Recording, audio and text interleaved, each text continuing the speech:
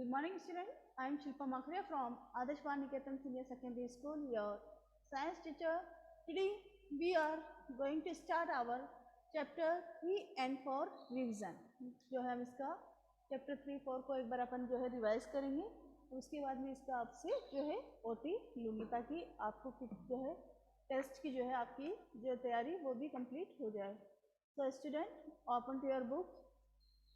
आप सभी अपनी बुक ओपन कीजिए. बुक में पेज नंबर 32 ओपन कीजिए आप सभी. Chapter 3 synthetic fibre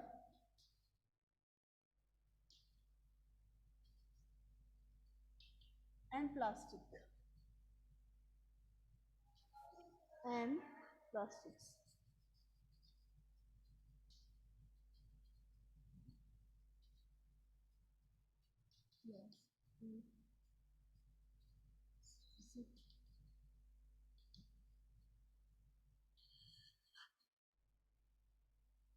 synthetic fibre होते कहते हैं. फाइबर आर टू टाइप्स के फाइबर होंगे. First is a natural fibre, second is a synthetic fibre. Natural fibre is a made for nature, जो कि नेचर से डायरेक्ट हमें मिलते हैं. For example plant fibres, animal fibre. Plant fibres में cotton, jute, you have already know read in previous class. And animal fibres में वूल हैं, silk है, दिस है natural fibres. Synthetic fibre man made fibre, जिन्हें कौन बनाता है? मनुष्य बनाता है. कैसे बनाता है? यूजिंग केमिकल का यूज करके जो बनाता है वो कौन सा होगा? Synthetic fibre. Example of synthetic fibre is rayon, nylon, so many, polyester. Example of synthetic fibre. Next our topic is, यहाँ पर आपका दिया हुआ है पॉलीमर. तो स्मॉल यूनिट, सिंथेटिक फाइबर्स की जो ये स्मॉल यूनिट है, small unit combine to form है, आपस में कंबाइन होकर जुड़कर बनाती क्या है? एक लार्ज सिंगल यूनिट.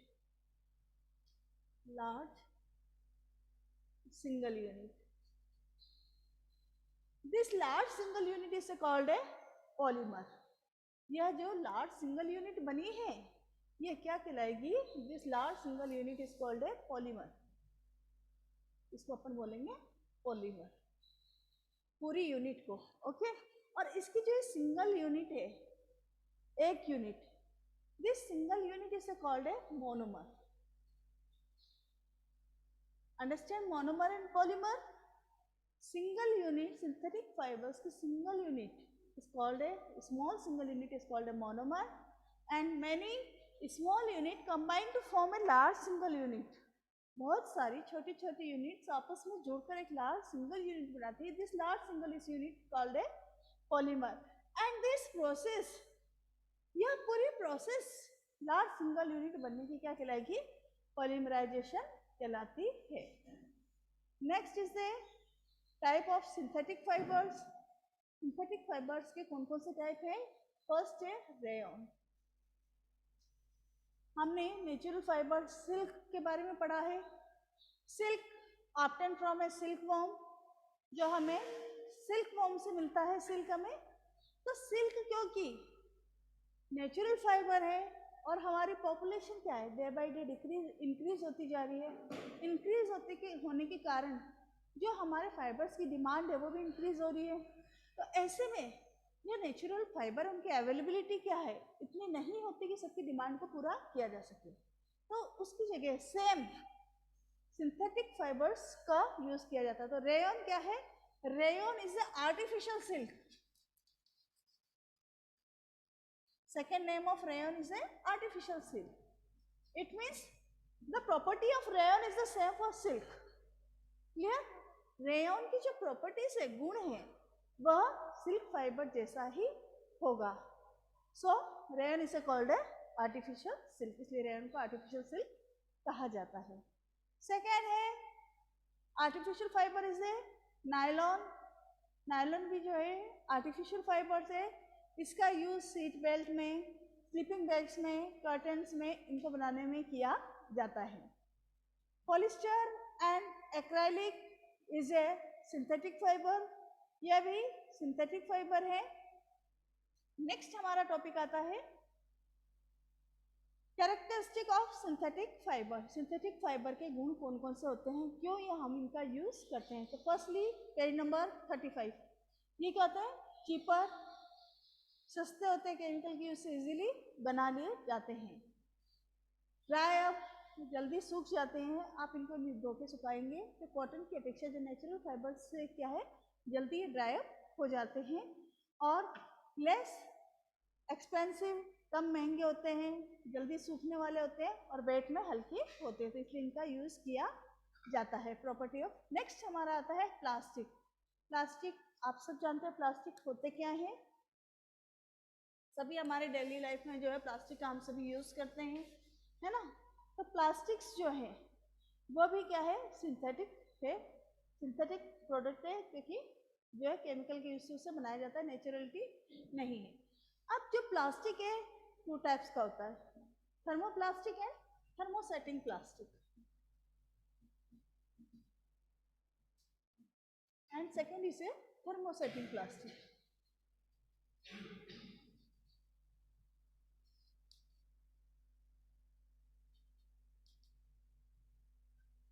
थर्मोप्लास्टिक्स कौन से होते हैं, those plastic easily moulded by heating, जो गर्म करने पर इजीली क्या हो, पिघल जाए, जिन्हें रीशेप्ड किया जा सके, रिसाइकल किया जा सके। क्लियर, गर्म करने पर जो इजीली पिघल जाए।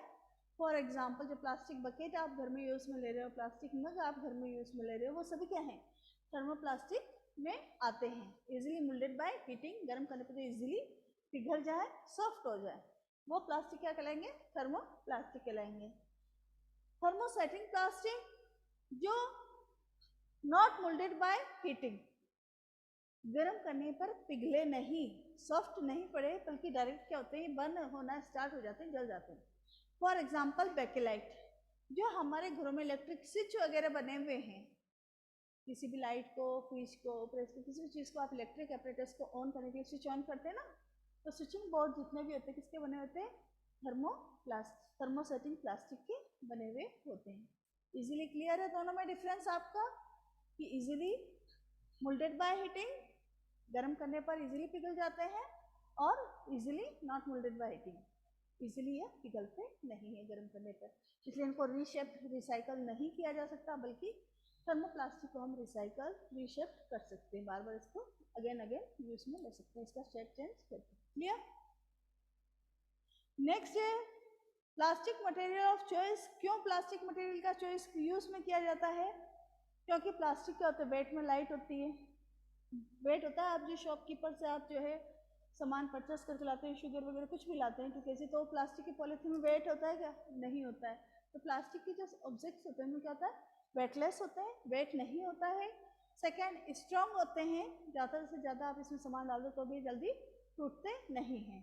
और ड्यूरेबल मीन्स इजीली या सॉफ्ट हो जाते हैं, मुड़ जाते हैं, किसी भी शेप में आप इसे ले सकते हैं, इसलिए। और एक है प्लास्टिक इसे non reactive. Non reactive means easily किसी भी चीज़ से रिएक्ट नहीं करता है।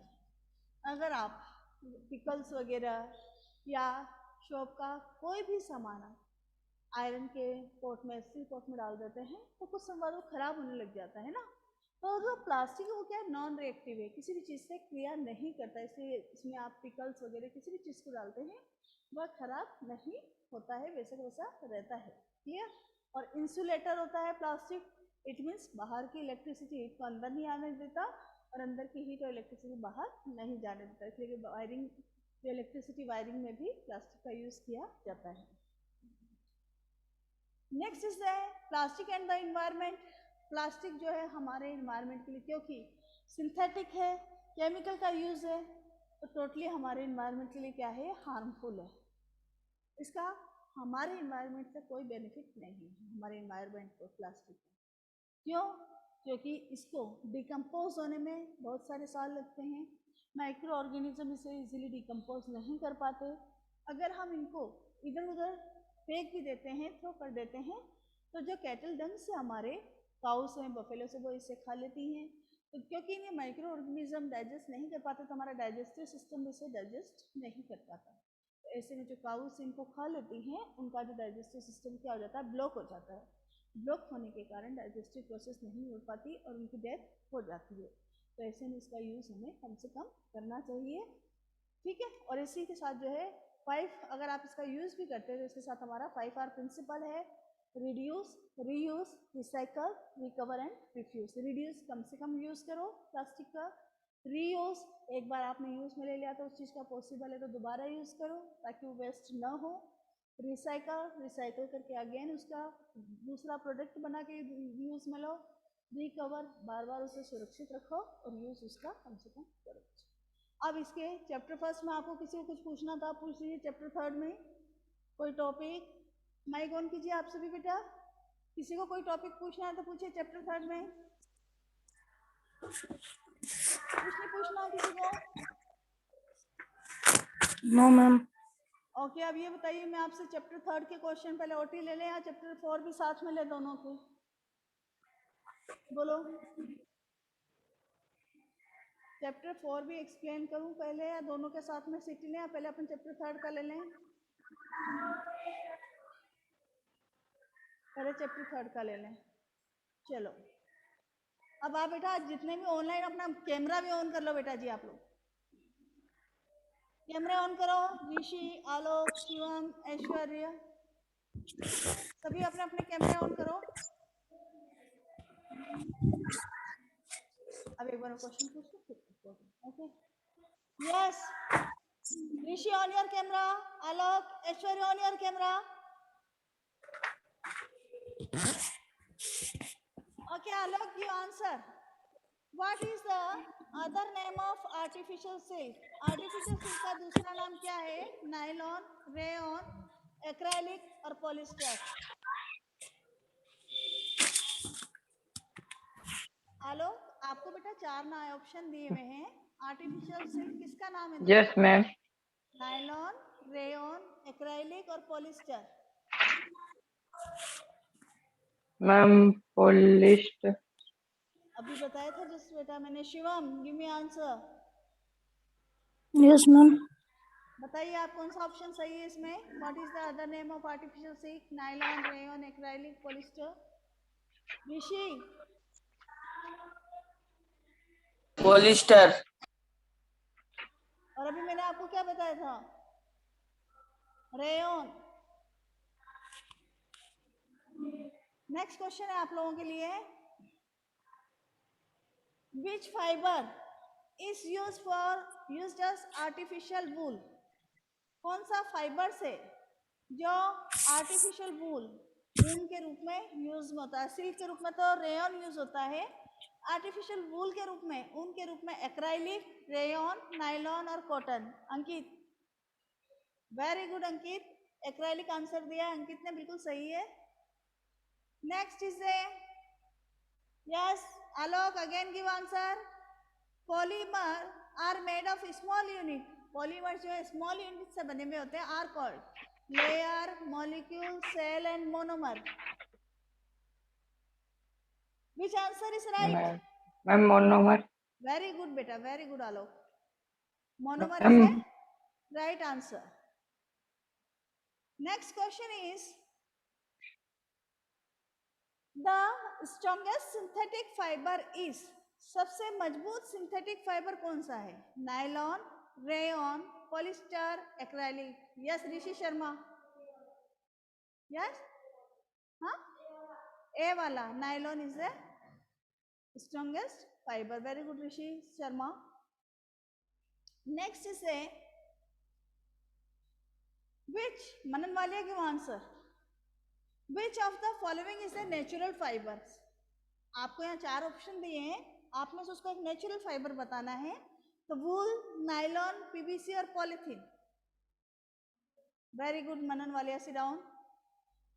मेलामाइन इज, मेलामाइन क्या है? Melamine is a thermoplastic polymer, thermosetting polymer, fibre और इलास्टोमर। आंसर देते जाइए बेटा जिसको आ रहा है। शिवम, आलोक, ऋषि, जैसे जैसे आंसर आ रहा है बेटा बोलते जाइए आप भी। मेलामाइन क्या है? थर्मोप्लास्टिक है, थर्मोसेटिंग प्लास्टिक का टाइप है, फाइबर है या इलास्टोमर है? Yes Ankit, yes thermosetting plastic, very good Ankit. Next question is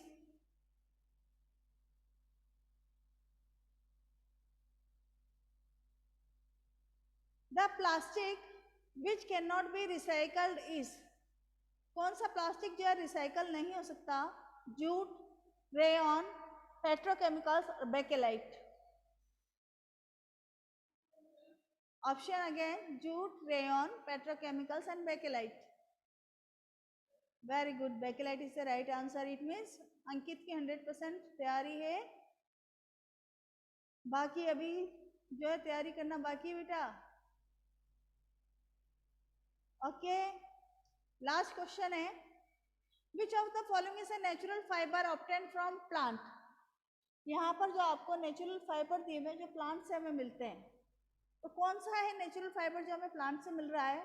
wool, rayon, cotton और ketone. Walia ji, cotton. Very good, sit down. यह तो था आपका चैप्टर 3. अब हम चैप्टर 4 का रिवाइज करेंगे. यस ऋषि शर्मा, आपको कौन सा टॉपिक समझ में नहीं आया बेटा इसमें? Types of synthetic fibre. Synthetic fibre जो है टोटली किससे मिलकर बने हुए हैं? जो है केमिकल्स का यूज़ होता है इनको बनाने में. आप शायद लेट थे क्लास में, इसलिए आपका ये टॉपिक रह गया है. केमिकल का यूज़ होता है सिंथेटिक फाइबर्स को बनाने में, इसलिए इन्हें सिंथेटिक फाइबर कहते हैं, क्योंकि मैन मेड फाइबर हैं. अब क्योंकि जो हमारे नेचुरल फाइबर्स हैं, कॉटन है, सिल्क है, ये सभी क्या है, इनका जो प्रोडक्शन है लिमिट है, क्योंकि हमारे पास एरिया जो है फील्ड एरिया क्या है, लिमिटेड एरिया है, और हमारी पॉपुलेशन डे टू डे क्या हो रही है, इंक्रीज हो रही है.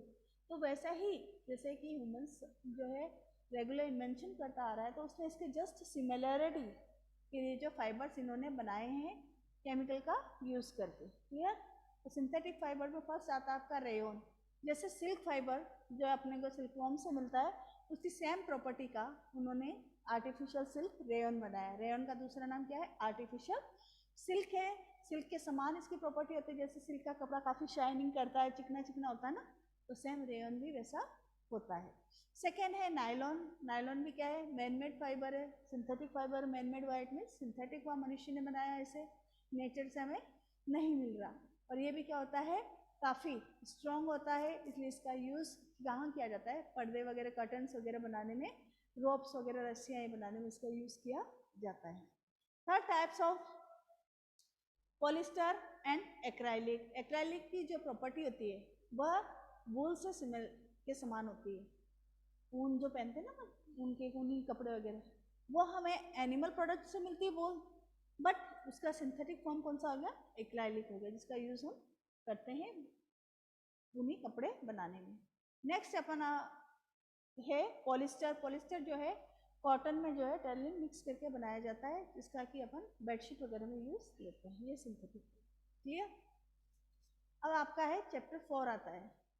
Our chapter 4 is metal and non metal.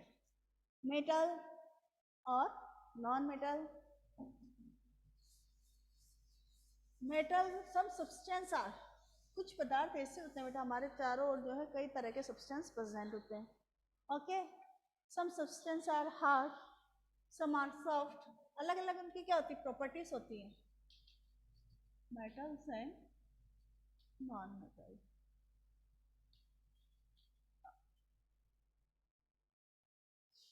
आपके सामने जो ऑब्जेक्ट वगैरह रखे हुए सबसे, आप कैसे आइडेंटिफाई करेंगे कौन सा मेटल है, कौन सी नॉन मेटल है? जैसे आप यहाँ पे अभी स्कूल में पढ़ाई कर रहे हैं, स्टडी कर रहे हैं, तो आपके आसपास बुक रखी हुई होगी, आपके ड्राइंग रखे होंगे, आपकी वाटर बोतल आप रख के बैठे होंगे कि उतना नहीं पड़े, आपका बैग वगैरह होगा, तो आप किस में से कैसे मेटल और नॉन मेटल को अलग करेंगे? तो इसके लिए आइडेंटिफाई करने के लिए मेटल एंड नॉन मेटल को इनकी कुछ डेफिनेशंस होती हैं. मेटल कौन से होंगे? वो सब्सटेंशियल लस्टर्स जो चमकते हों, हार्ड कठोर हो, डक्टाइल जो इजीली मुड़ सके, मेलिएबल जिन्हें सॉफ्टनेस इजीली किसी भी शेप में चेंज किया जा सके, सोनोरस जिनमें साउंड प्रोड्यूस हो, ये सभी क्या होंगे? मेटल होंगे। नॉन मेटल जो सब्सटेंस ये सभी प्रॉपर्टी शो नहीं करते। इट मीन्स कि हमारे हाथ में भी चौक है, चौक क्या है? हार्ड है क्या? नहीं, इजीली अपन इसको तोड़ रहे हैं। किस में आएगा ये? नॉन मेटल में आएगा।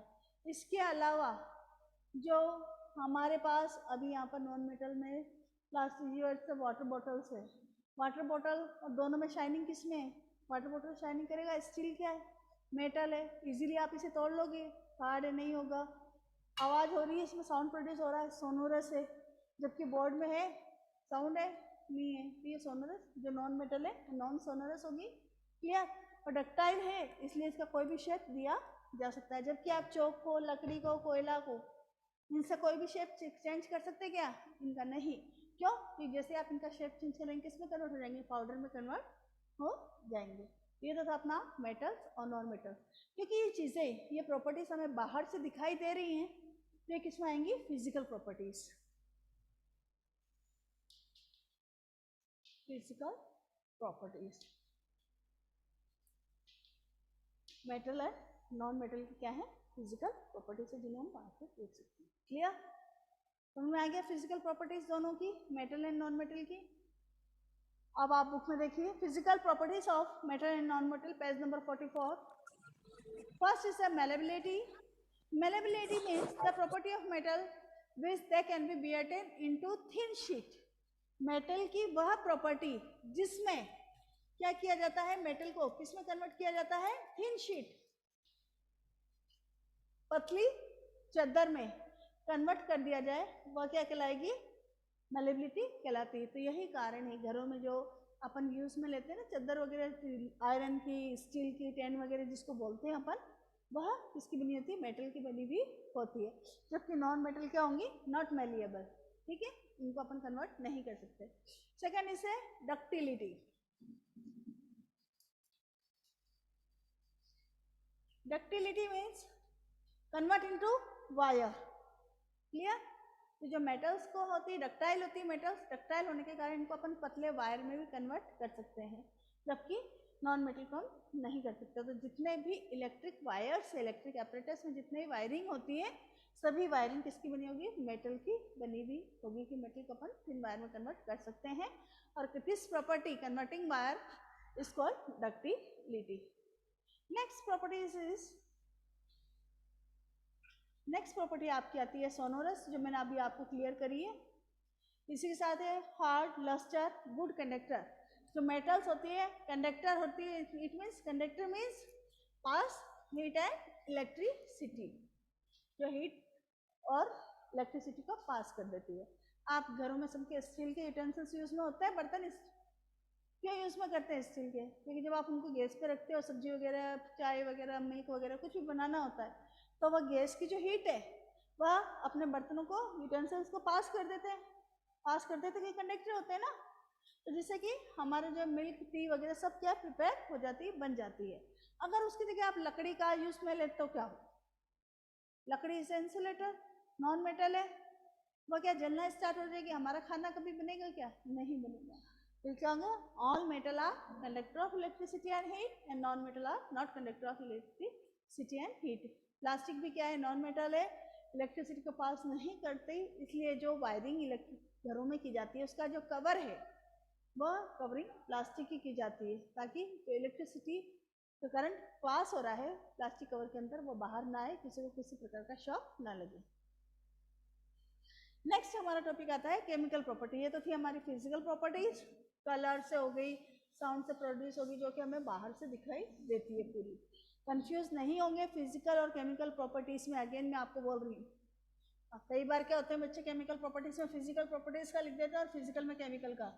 Chemical properties means totally change, आपने प्रीवियस क्लास में भी पढ़ा है, chemical change and physical change.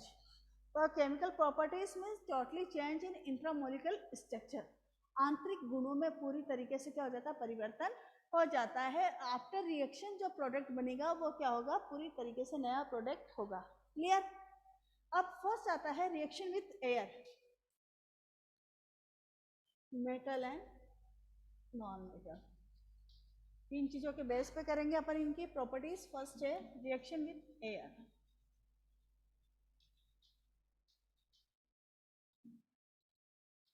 Metal react with air. Metal हमने ले ली iron, react with air. Air में क्या प्रेजेंट है? ऑक्सीजन प्रेजेंट है, गैसेस का मिक्सचर है हमारी एयर। तो metal react with air formed a metallic oxide. Iron oxide बन गया। मेटल आयरन यूज में हुई है, ऑक्सीजन से रिएक्ट करके मेटल क्या बना रही है? मेटेलिक ऑक्साइड, आयरन ऑक्साइड बना।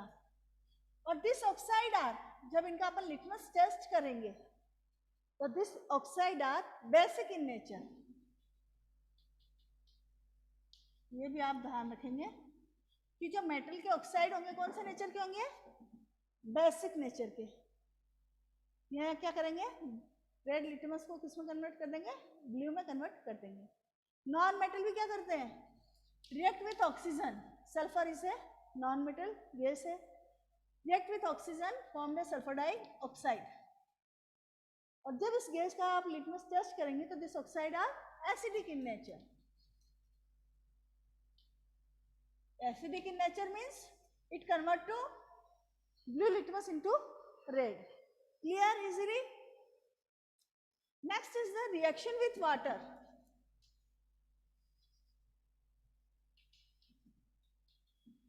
वाटर से रिएक्शन करेंगे। Formula of water you have already know, H2O। Reaction कराएंगे हम सोडियम की। Na is a symbol of sodium, sodium का सिंबल है। H2O is a symbol of water. अब जब metal react with water form है मेटेलिक हाइड्रोक्साइड। देखिए यहाँ पर हाइड्रोजन नहीं था, ओनली ऑक्सीजन था, तो this is a metallic oxide. यहाँ पर हाइड्रोजन भी प्रेजेंट है ऑक्सीजन के साथ, H is the formula of hydrogen.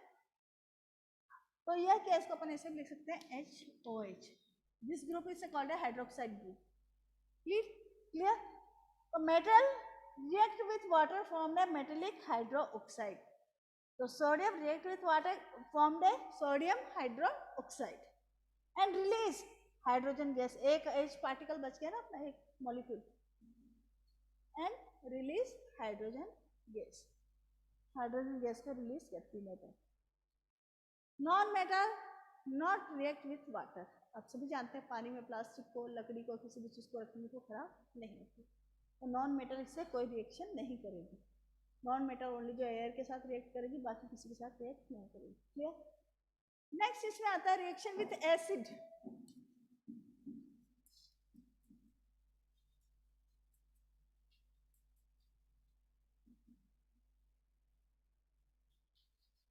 Reaction with acid में metal react with acid, release hydrogen gas. इसमें भी क्या है?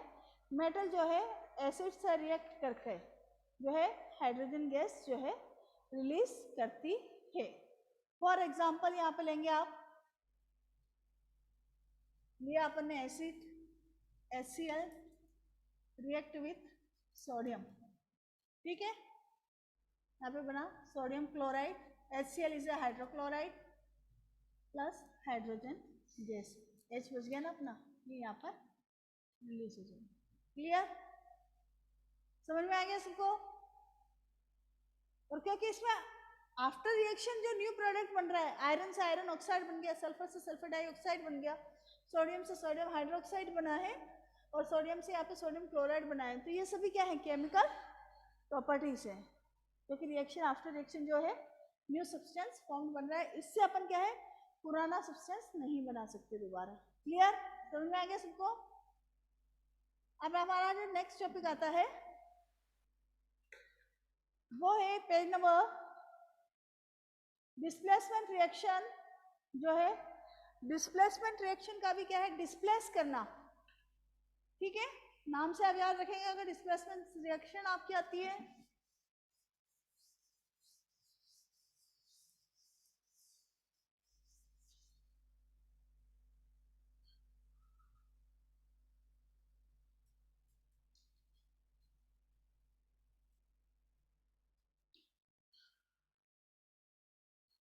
डिस्प्लेसमेंट रिएक्शन डिस्प्लेस करना means highly reactive metal react with less reactive metal displace with group. Highly reactive metal जो है less reactive metal को कम क्रियाशील धातु से क्रिया करके उसके ग्रुप को अपनी ओर कर देगी और उसे रिलीज कर देगी। For example copper sulphate CuSO4 react with iron. आपके घर में तांबे के बर्तन होंगे, लोहे के बर्तन होंगे, आप उनको ओपन एनवायरनमेंट में रख देते हैं। तांबा मीन्स कॉपर, लोहा मीन्स आयरन, ठीक है। Fe is the symbol of iron. आप इनको ओपन एनवायरनमेंट में रखेंगे, कौन सी चीज जल्दी खराब होगी?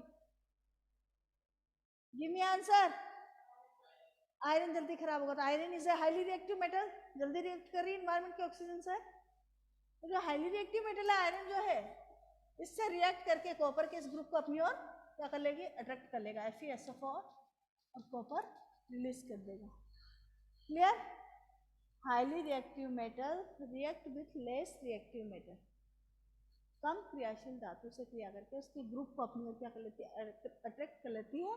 ग्रुप चेंज हो गया ना, डिस्प्लेस हो गई ना इसकी पोजीशन, इसलिए रिएक्शन क्या कहलाएगी? Displacement reaction. Clear? Next topic है uses of metal and non metal. इसमें आप लोगों को कोई दिक्कत नहीं होनी चाहिए। कहाँ कहाँ यूज में किया जाता है मेटल्स का आप सभी जानते हैं। यूटेंसिल्स में, वायरिंग में, ज्वेलरीज में अलग अलग यूज़ किया जाता है। नॉन मेटल का मेडिसिन में, ऑक्सीजन को जो है हमारे लिए एसेंशियल है, गैस है, तो नॉन मेटल का यूज़ वहाँ किया जाता है। अब इसको मैं चैप्टर में किसी को कुछ पूछना है? कोई टॉपिक जो नहीं समझ में आया हो आप लोगों को?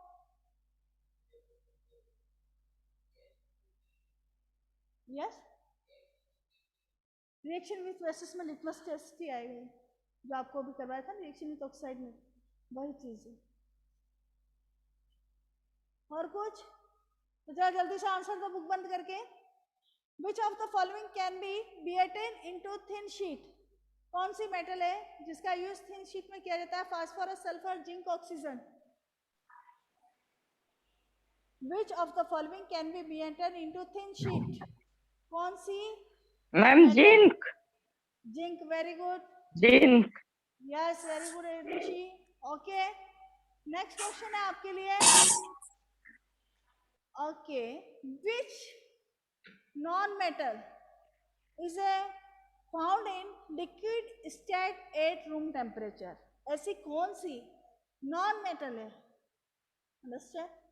Listen carefully. Non metal found in liquid form at a room temperature. Room temperature पर जो लिक्विड फॉर्म में पाई जाती है। Your exam option is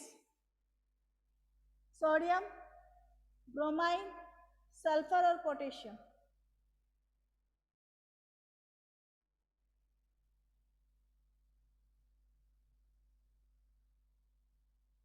yes, bromine is a right answer. Bromine जो है नॉन मेटल है। और अगर मेटल पूछा जाए तो कि which metal found in mercury. Very good, clear. अब आप लोग जो और इसमें लर्न कर लेना, किसी को कोई डाउट हो तो पूछ लेना बेटा। Okay, clear.